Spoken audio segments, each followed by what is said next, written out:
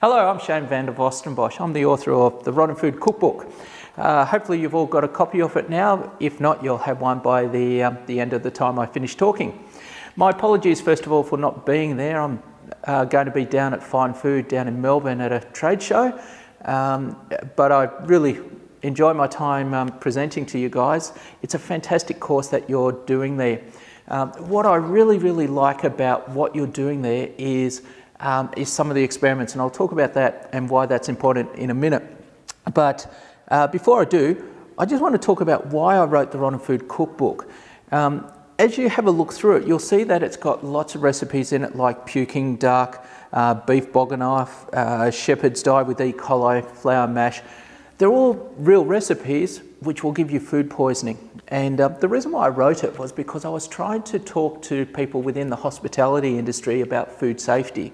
What I very quickly discovered is that, sorry guys, no one cares about food safety. You are in an industry that no one really cares about. And the reason why they don't care about it, my opinion, is that it's a list of do's and don'ts. And so when you're trying to convince people that they need to do something and don't do this because they have to, they very quickly tune out. But what I also discovered is that the one thing that everyone cares a lot about is food poisoning. And so if you turn on the TV, you can tell it's a slow news day because Today Tonight or A Current Affair will be there picking on the Chinese restaurant that's giving people food poisoning. People love hearing stories about food poisoning. And the reason why they love it is because the one thing they don't want to do is get food poisoning. So what I did was I wrote the Rotten Food Cookbook. And it's a bunch of recipes designed to give you food poisoning. And then at the same time, it's got tips in it to convince you that you don't want to be doing this and this is how to avoid it. And that's where the Rotten Food Cookbook came about. Now, here's my advice. What you need to do is to change your focus and your message away from food safety and talk about food poisoning. Now, the reason why I love the experiments that you've been doing for the last day is because what you've been discovering is some horrific facts. Like I remember last year, how many layers of toilet paper can E. coli work its way through? There's how many times can you transfer from one handshake to the next? And these are the messages that you're getting here now, and it's been reinforced how real the problem is, so that when you go back and start talking about food safety, you are now motivated because you know how big the risk is. What you need to do though is take the experience that you're having now and take it back to work and share that experience with others. Don't jump to the end, which is you need to do the right or wrong thing. Instead, spend a bit of time thinking about how can you get the message of what they're doing wrong and the implications of what they're doing wrong, rather than trying to jump straight to trying to get them to change their behaviour. Unfortunately, some of the experiments that you're doing there aren't easily transferred straight into a restaurant environment or something like that. So I'll share a product that I actually sell, so there is a bit of a vested interest here, but I'll then show you how I used it within a school environment to teach kids about cross-contamination. So the product is Glitterbug. It's about hand washing training. And so if you were to use it normally, all you do is put a squirt on your hands, rub it in, tell them that it's a moisturiser. So I've now rubbed it in. Go off to a bathroom, get them to wash their hands, come back, and then you get out a UV torch. Now, I'm not sure if you're using one of these on the course.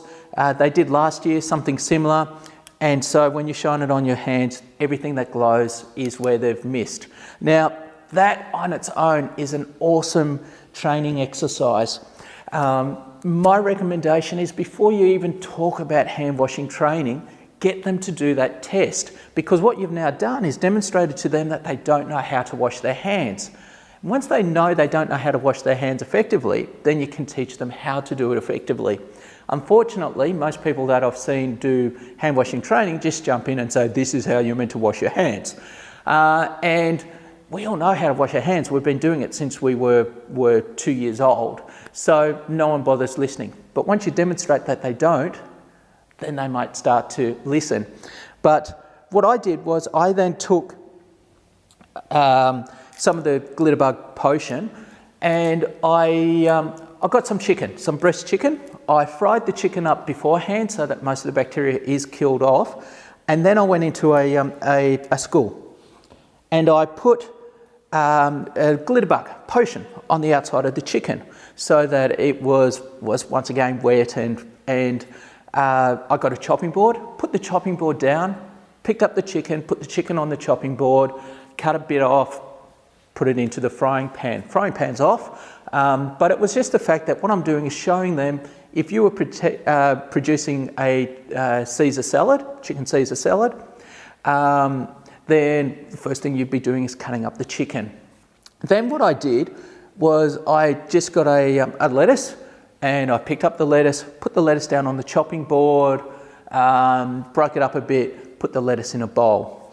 Now, at that stage, some of the students know that I've just used the same chopping board, and they might make comments, but overall, most students are fairly oblivious to what's going on. It's at that stage that I then pull out the UV torch, and if I shine it on the chicken's absolutely glowing, and I'm saying, yes, that's the bacteria. But then what I do is I shine the UV torch onto my hands, and my hands are glowing because I've been handling the chicken. Then I shine it on the chopping board, and the chopping board is absolutely glowing because the Glitterbug potion's on it. Then I shine it on the knife, and the blade of the knife is glowing, which is absolutely fantastic, but the handle's glowing as well. And then they go, ooh, and that's where you want the reaction to really be kicking in. And then I shine it on the lettuce, and over the lettuce you just see the Glitterbug potion just comes alive, and half the lettuce is glowing. And now the kids know that they've just contaminated the salad with the chicken. And so it's a really easy, quick, effective way of showing cross-contamination within the kitchen. From that point on, I can now talk about, this is why you need to wash your hands after handling the chicken. This is why you need to effectively wash your hands. In a classroom, I will then do hand washing training to finish the exercise off. But it's why you need to have different chopping boards. You need to have a meat chopping board and vegetable chopping board. And it's why you need to be so careful about cross-contamination. So what I've just done is shown the reason why they need to do something, proven to them that it's a problem, and then talked about the solution. So just getting back to the Rotten Food Cookbook, what I've done was I wrote a book which was all about creating the problem, showing them how to make the problem so that I could then talk about how to avoid the problem. So you've all got a copy of the Rotten Food Cookbook. I hope you enjoy it. It's designed to be fun. It's designed to be humorous. It's got bad dad jokes in it. It's the type of book that someone will flick through and have a laugh, and then have the aha moment of, oh yeah, I do this, I shouldn't do this. If you'd like some extra copies, just get in contact with me. My email is shane@onsolution.com.au. If you can't find me, just go to the rottenfoodcookbook.com.au or just Google my name. I'm the first 50 pages on Google. We've also got temperature fact sheets for reminding staff about the correct storage temperature. We've got a couple other food safety related products. But yeah, the main message I want to get across to you today is shift your focus, and the lessons that you're learning at this course, that's the why, that's the motivation that you're having, that you're going to be taking back into the workplace.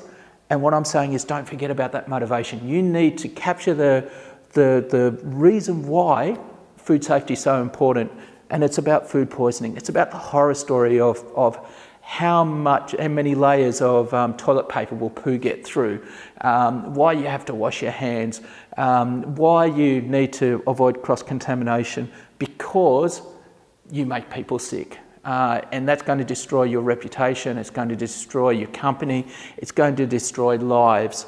And if you can make people understand that, then when it comes to talking about food safety, people will be listening. In fact, if you do the job right, they will be saying, oh, we need to fix this. And if you can achieve that, you've achieved wonderful things. So anyway, I hope you enjoyed the rest of the course. Once again, my apologies for not being there. It's an awesome 2 days. Thanks, Rosemary, for giving me the chance to give this presentation. I hope you all enjoy the cookbooks. Thanks a lot. Bye.